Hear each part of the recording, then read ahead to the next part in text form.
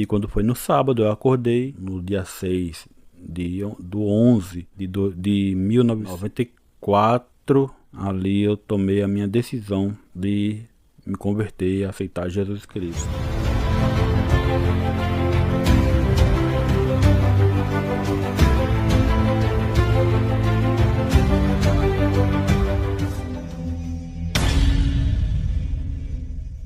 Olá pessoal, tudo bem com vocês? Eu sou Genival Lima e você está no canal Gospel Opinião Genival Lima. Hoje é maio de 2025, dia 11. Eu hoje tenho 46 anos, estou no estado do Paraná, na cidade de Ibiporã.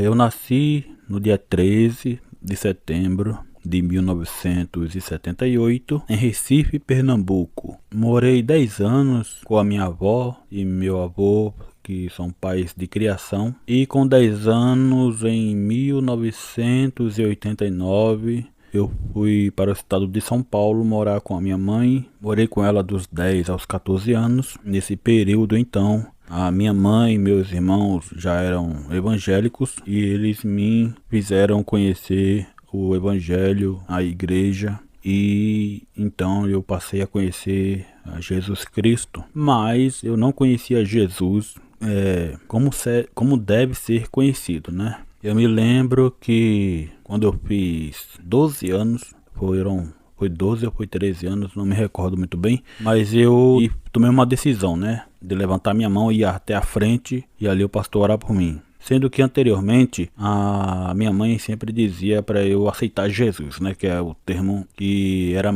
no passado mais utilizado para quem quisesse então se tornar um crente. E daí todas as vezes que a minha mãe insistia para eu levantar a mão, então eu não levantava porque eu não queria levantar porque ela queria. Eu queria levantar na hora que na hora que eu sentisse no coração o desejo de aceitar, entre aspas, Jesus, né? E então, um certo dia, eu falei para ela que no meu aniversário, foi de 12, foi de 13 anos, não me lembro, eu disse a ela que iria aceitar. Quando chegou o dia, ela falou, ó, é hoje. Aí só porque ela falou que é hoje, e no dia do apelo, ela pediu para eu levantar, ela olhou para mim e falou, você não vai cumprir com essa palavra? Aí eu não fui, só porque ela falou, eu não fui. Mas acho que uma semana depois, ou duas, no mês de setembro mesmo, de 1991, eu aceitei ali na Assembleia de Deus, Ministério Madureira, na cidade de Itapevi, São Paulo. Pois bem, eu não tinha compromisso nenhum, eu tinha 12 para 13 anos e eu não tinha consciência do compromisso, o reino dos céus. Eu ia para a igreja por ir, participava ali da escola dominical dos adolescentes, participava de eventos, de louvor, de conjunto, mocidade, mas não tinha consciência nenhuma de responsabilidade e compromisso com o reino dos céus. Aos 14 anos então eu voltei para o Recife, a morar com a minha avó e meu avô, pais de criação, e ao voltar para o Recife, lá reencontrei meus amigos antigos de infância, e entre eles meu amigo Edivando. Ele então se tornou um crente e ia na minha casa então para me convidar para ir para a igreja, né? Mas eu não queria ir e relutei. Passei a conhecer lá em Recife um ritmo chamado funk, que é esse funk do Rio de Janeiro, não é esse funk que ultimamente nessa década de 2000, 2020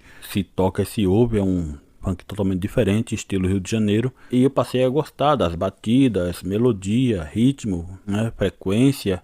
Não queria saber de igreja, mas eu sempre fui muito caseiro, ficava em casa ouvindo. E uma certa noite, e meu amigo Edivando sempre me convidando para ir para a igreja.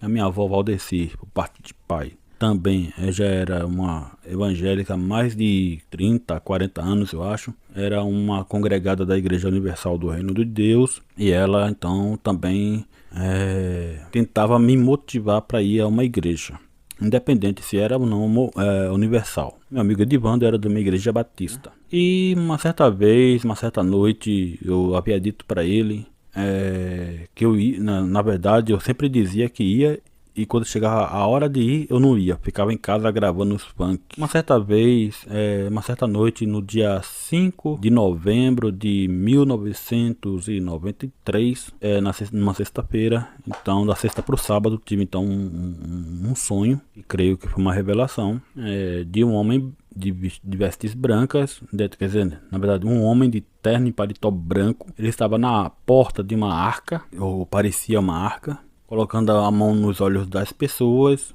e com isso algumas pessoas entravam, a maioria não entrava, e quando chegou a minha vez, senti aquela mão aveludada sobre os meus olhos e a voz que dizia: "Você fica".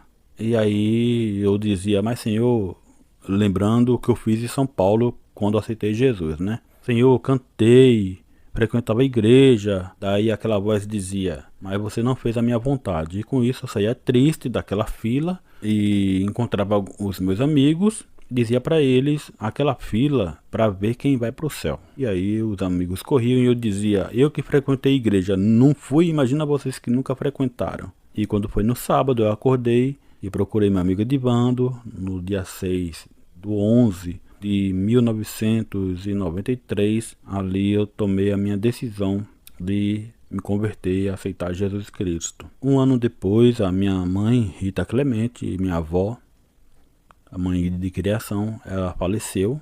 3 anos depois, no dia 27 de abril de 1997, eu me batizei, e desde então eu vim tendo uma consciência, eu vim tendo a consciência do que é ser um crente, ser cristão e ter um compromisso com o reino dos céus. Pois bem, então de lá para cá eu venho buscando conhecer melhor esse Jesus Salvador, esse Deus Criador, esse Espírito Santo, o Consolador, que batiza e dá dons aos homens, e venho tentando me aprofundar cada dia na palavra de Deus, procurando sempre, na maioria dos casos, na 99% dos casos, eu procurei conhecimento na Bíblia Sagrada, lendo as Escrituras. Eu li a Bíblia, eu me lembro, umas 3 vezes, e aí agora no ano de 2025, hoje é 11 de maio de 2025, eu senti de gravar esse vídeo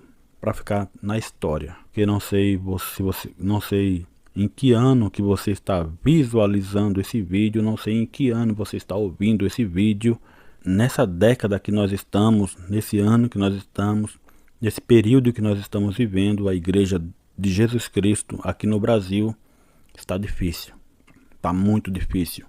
Não sei em que ano que você está ouvindo ou vai ouvir, em que período que você vai assistir esse vídeo, pelo que você está passando ou passará. A tendência, segundo a palavra de Deus, é as coisas piorarem. Aí está sendo muito difícil ser um cristão fiel.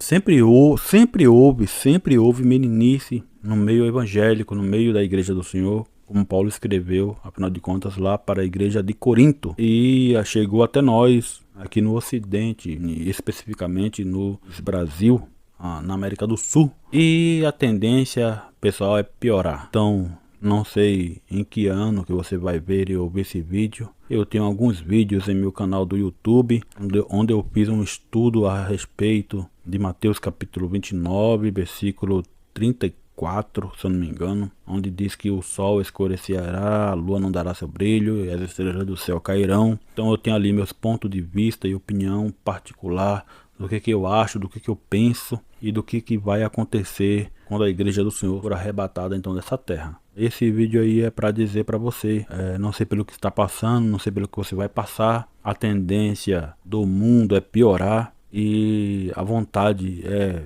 de não ir para a igreja mais nenhuma, mas eu gosto particularmente de congregar. Eu acho que tem crentes e crentes, né? Então tem cristão que precisa estar congregando em meio aos irmãos para poder se manter firme. Tem pessoas como eu, que é a minoria, que não vê a necessidade de você estar diariamente ou sempre dentro de uma igreja CNPJ para poder se manter firme, porque a palavra de Deus ela é suficiente. Mas eu aconselho sempre você congregar, nunca pare de congregar. Vá a uma igreja, se você tem uma igreja, procure em todos os dias de culto que tiver, estar sempre lá, estar presente lá, cultuando com os irmãos, mas se mantenha firme. Afinal de contas, Deus talvez precise de você lá dentro para alertar os irmãos que estão mornos, os irmãos que estão esfriando, os irmãos que estão fracos, e Deus talvez utilize-se de você, da sua boca, para poder fortalecer os irmãos que estão fracos, levantar os que estão caídos e animar aqueles que estão desanimados. Então não pare, não desista da caminhada.